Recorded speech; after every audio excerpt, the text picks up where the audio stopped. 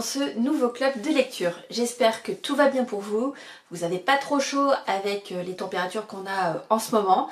Et je suis désolée d'avance parce que je sais que je vais avoir un petit décalage au niveau de ma publication pour ce club de lecture. Et je vous annonce d'ores et déjà que la semaine prochaine il n'y en aura pas. Donc ça veut dire que mon prochain club de lecture sera diffusé que tout début juillet. Parce qu'en fait la semaine prochaine j'ai un planning très chargé, que ce soit pro et perso. Donc j'aurai pas le temps de prendre la caméra et je préfère prendre bien le temps de vous faire le montage. Surtout qu'en plus tout début juillet la vidéo que je posterai sera un peu particulière, vous allez voir. C'est la première fois que vous aurez ce type de vidéo sur ma chaîne. Donc grande nouveauté. Donc je me dis que voilà, je mets un petit peu le teaser en place. Voilà, il y aura juste cette petite pause d'une semaine et vous aurez de retour les vidéos tout début juillet. Donc voilà. Et comme ça va changer un petit peu, alors je dis pas que je vais en avoir beaucoup de ce style-là, mais j'espère peut-être en faire plusieurs dans l'année. On verra. En tout cas, je prendrai les opportunités quand je les aurai. Et voilà, on va parler de 3 avis lecture dans cette vidéo, donc c'est parti. Je vais tout d'abord vous parler de Suivre le soleil d'Agathe Novella en auto-édition. Lors de ma dernière vidéo, je vous ai parlé de voyage, et bien celui-ci va également vous faire voyager. On fait la connaissance de Bianca, qui est une jeune femme qui malheureusement vient de perdre son fiancé, son ami, qui était originaire de l'île de Saint-Martin. Sauf que depuis qu'ils se connaissent en fait, lui il n'a jamais trop parlé de sa famille, on sent qu'il y a quelque chose qui est derrière, qui est voilà, un peu dur aussi pour lui, mais c'est vrai qu'il n'a jamais parlé, que ce soit de sa famille, s'il a des frères et sœurs, enfin voilà, c'est un pan de son histoire qu'elle ne connaît pas. Et donc lors en fait, des obsèques de son ami, elle se dit je trouve ça quand même dommage que ses parents ne sachent pas que leur fils voilà, est décédé.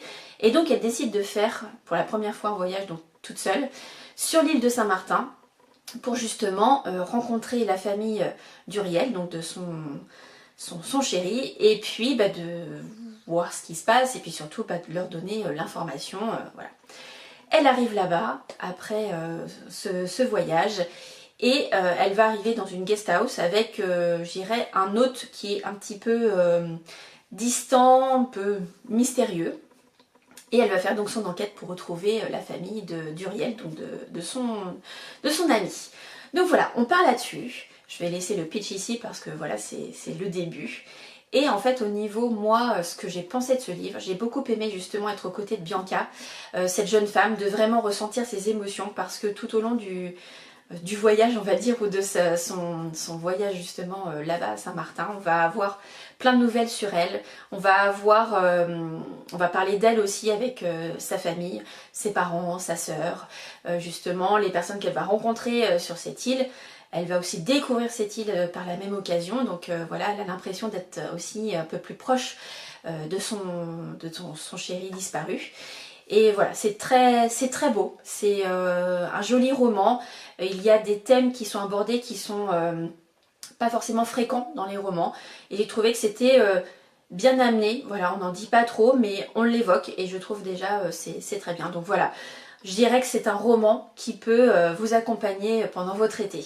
Le deuxième livre dont je vais vous parler, c'est La mort en miroir de Petroni Rostagna aux éditions Belladone, que j'ai eu la chance de recevoir grâce à Ned Gallet et grâce aussi à Audiolib parce que voilà, je l'ai écouté en audio. Donc c'est le dernier roman de l'autrice que je lis. Vous savez, voilà, j'ai découvert Petroni Rostagna avec sa trilogie avec Pauline Carrel.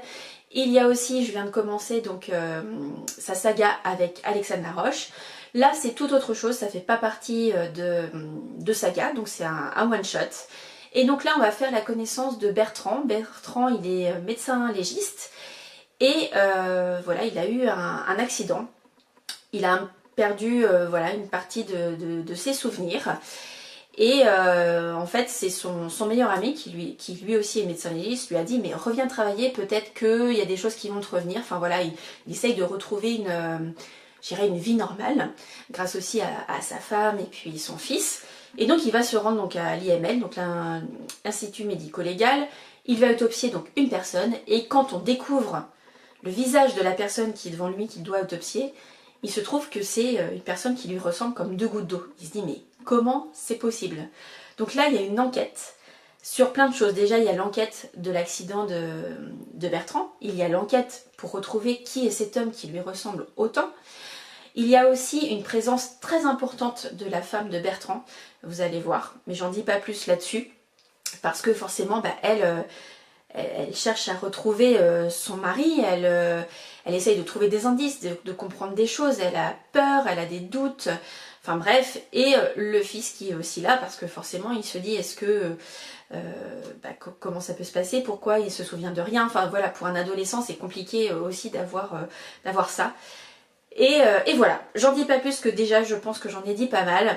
Concernant mon avis, c'est vrai que pour moi j'ai trouvé différent. Forcément, voilà, pour l'instant j'ai lu que des séries avec cette autrice. D'ailleurs, je les adore, toutes les deux. Enfin voilà, les deux sagas c'est vraiment top. Et donc ce roman, je l'ai trouvé forcément différent des autres, un thème qui effectivement peut parler, parce que voilà, malheureusement, il peut y avoir des accidents de la vie où on perd un peu la mémoire, et forcément, je dirais pour la personne en elle-même et l'entourage, ça doit être très difficile à vivre. Donc ça c'est plutôt pas mal. L'enquête est vraiment haletante du début à la fin. Mais voilà, j'ai trouvé, je sais pas comment expliquer, parce que j'étais un petit peu mitigée au niveau de mon ressenti en fait. Voilà, c'est pas que j'ai pas aimé, au contraire, j'ai trouvé que voilà, c'est très fluide à lire, c'est très facile, c'est très tordu dans le cheminement, etc. Enfin voilà, on penserait pas tout de suite à ça au premier, mais c'est vraiment très bien mené, c'est documenté, c'est riche, enfin voilà, c'est du Petroni Rostagna, donc ça peut être bien. Mais voilà, alors est-ce que c'est parce que j'adore les deux sagas et donc celui-ci en one shot, voilà, je me suis peut-être moins attachée au personnage, je ne sais pas. Mais voilà, j'étais un petit peu plus mitigée que par rapport aux sagas. Donc c'est un bon thriller psychologique. Là, vous allez être servi à ce niveau-là. C'est très bien fait. Voilà, comme je vous disais, le cheminement du début à la fin est très bien. Vous allez voir l'importance de chacun des personnages. Vous allez voir aussi jusqu'où on peut aller. C'est un bon roman. Mais voilà, moi je suis un petit peu plus mitigée en tout cas sur celui-ci. Et le dernier roman dont je vais vous parler cette fois-ci, c'est un roman en papier que j'ai lu avec mes amies Delphine, Justine et Laureline. C'est Ici de Johanna Gustafsson aux éditions Kallman Levin Noir. Une autre louve du polar, donc comme Petroni Rostagna, Johanna Gustafsson fait aussi partie de ce collectif de femmes qui écrivent du polar, thriller, etc. Et donc dans celui-ci, c'est un livre qui est écrit à quatre mains avec Thomas Senger. Donc j'ai trouvé vraiment, déjà on ne voit pas entre guillemets la différence, enfin vraiment et j'ai trouvé que c'était un super travail du début à la fin, parce que dans ce roman, donc on va suivre Carrie Voss. Alors désolée si c'est pas la bonne prononciation, mais bon en tout cas moi voilà, j'ai à la française.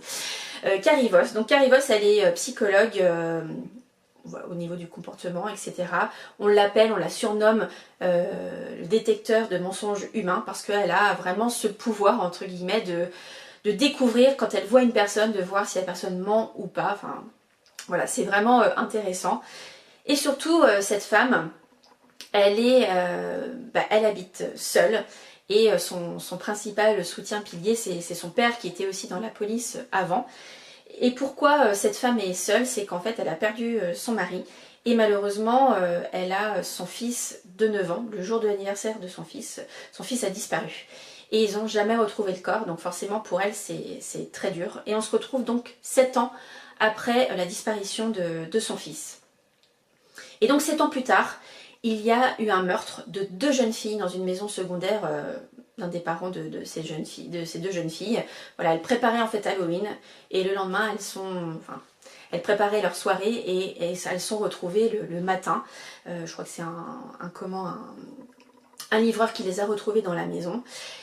Et voilà, elles sont assassinées toutes les deux. Sauf que les 2 jeunes filles qui ont été assassinées, déjà Carrie les connaissait parce que c'était des amis de son fils quand ils étaient tous petits. Et voilà, les parents, elle connaît très bien les parents. Donc il y en a un, c'est son voisin, et l'autre couple, elle les connaît aussi. Et en plus, c'est des personnes qui sont assez connues. Bref, elle va être sur l'enquête parce que sa meilleure amie qui a repris la place de son père est dans la police et donc l'intègre souvent pour voir justement lors des interviews, des entretiens, savoir si la personne dit bien la vérité, son comportement, effectivement.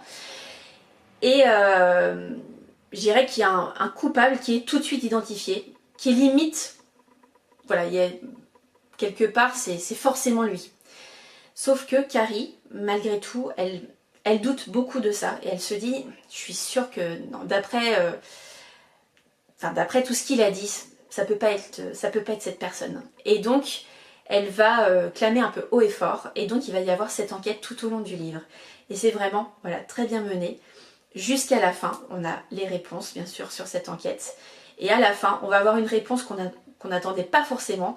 En tout cas, moi, je me suis dit que comme c'est un tome numéro 1, puisque c'est une saga qui commence avec ce personnage-là, de Carrie Voss, je me suis dit peut-être que, justement, on va avoir d'autres réponses un petit peu plus tard. Et non, et ça m'a un petit peu déstabilisée. Et en même temps, ça amène le prochain tome. Donc c'est vraiment du super travail. Enfin voilà, moi j'ai adoré. Donc bravo Johanna, bravo Thomas pour ce premier tome, il est vraiment super.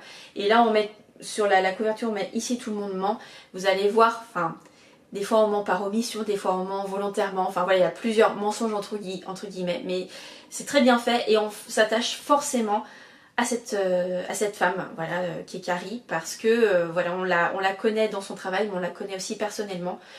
Et voilà, on peut que s'attacher à elle et aux personnages qui gravitent autour d'elle. Donc voilà, moi j'ai beaucoup aimé ce premier roman. J'ai hâte d'avoir le deuxième, mais il va falloir être très patient parce que si tout va bien, normalement le tome numéro 2 sortira en 2028.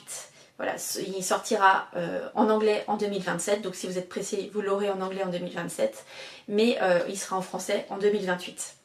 Donc voilà, donc entre temps, j'espère que les deux auteurs nous feront l'honneur de sortir peut-être un autre roman entre les deux, en attendant la suite de celui-ci. Mais en tout cas, voilà, c'était un superbe thriller.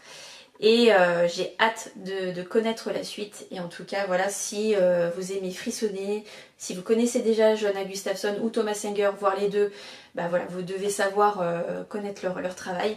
Bon, c'est vrai que Thomas Singer, c'était la première fois que je le lisais finalement à travers ce livre-là. Ça me donne envie de le découvrir aussi seul pour voir comment il est. Je sais qu'il écrit aussi avec un autre auteur, c'est Journey Horst. Voilà, il me semble que c'est lui. Désolée pour la prononciation encore une fois. Et je pense que j'ai envie de le lire mais seul pour voir effectivement son style. Pour peut-être me dire, ah tiens là peut-être que c'est plus des idées de un tel ou un tel. Et même je vais pas forcément chercher mais je trouve que c'est intéressant de le connaître un peu plus. Donc voilà pour celui-ci et voilà, si vous aimez frissonner, celui-ci est parfait. Je vous laisse ici pour cette semaine, donc avec ces 3 avis lecture. J'espère que je vous ai donné envie de découvrir ces 3 romans. En tout cas, voilà, je dirais que c'est assez éclectique entre du thriller psychologique, du polar, même s'il y a un peu de psychologie aussi, côté un petit peu plus feel good, même s'il y a des sujets qui sont aussi profonds. Enfin bref, en tout cas, n'hésitez pas à mettre comme d'habitude un pouce vers le haut pour me soutenir, un commentaire pour qu'on puisse parler donc justement de ces 3 romans ou des auteurs. Voilà, n'hésitez pas. Et puis, comme je vous l'ai dit en introduction, il n'y aura pas de vidéo la semaine prochaine, mais tout début juillet. Donc voilà, merci en tout cas pour votre patience. Puis je vous réserve une jolie surprise pour début juillet. Donc j'espère que vous serez au rendez-vous. Et comme d'habitude, je vous souhaite de très bons moments, de très bonnes lectures et je vous dis à très bientôt. Ciao!